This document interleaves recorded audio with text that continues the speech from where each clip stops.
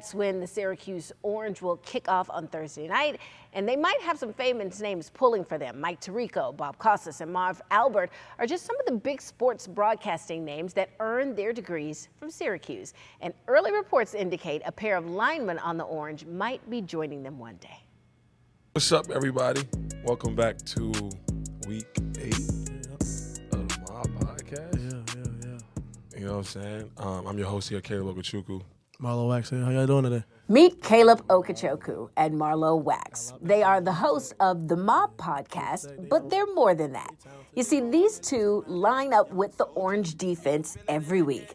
And the idea to get on the mic came from a pretty simple experience. We were into watching just like I Am Athlete with Brandon Marshall, and now something like The Pivot. We just seen athletes come together and just talk about different things, have different conversations and stuff like that. We were just very interested into it, so we just came together. Chasing down opposing quarterbacks, as you would imagine, is no easy task. Likewise, setting up behind a mic and on camera presents its own challenges. Just trying not to laugh with all the cameras in your face. And like after a loss, having to go in and do an episode, that was probably the two toughest things. You know, and nobody want to lose, and definitely with the camera people also, nobody's just in the best of mood. Mm-hmm. Just going in there and just keeping the energy up. The duo is in season 2 of their podcast. They've balanced being student athletes while also being a part of the media world.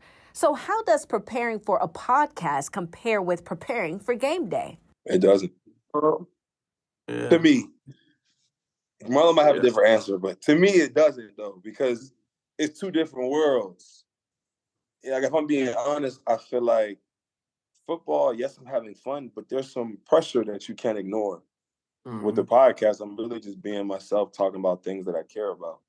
While neither is looking to take our jobs on air just yet, thankfully, the experience has provided great benefits to these young men.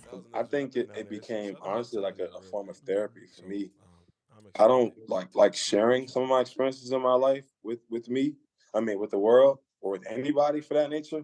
So like, you know, just being vulnerable and, you know, sharing your story and seeing how many people can relate to something you're going through or something like that they're dealing with. I think that's probably the dopest thing about the podcast, just to be able to connect with people on a different, intimate level. We appreciate everybody. Love you guys.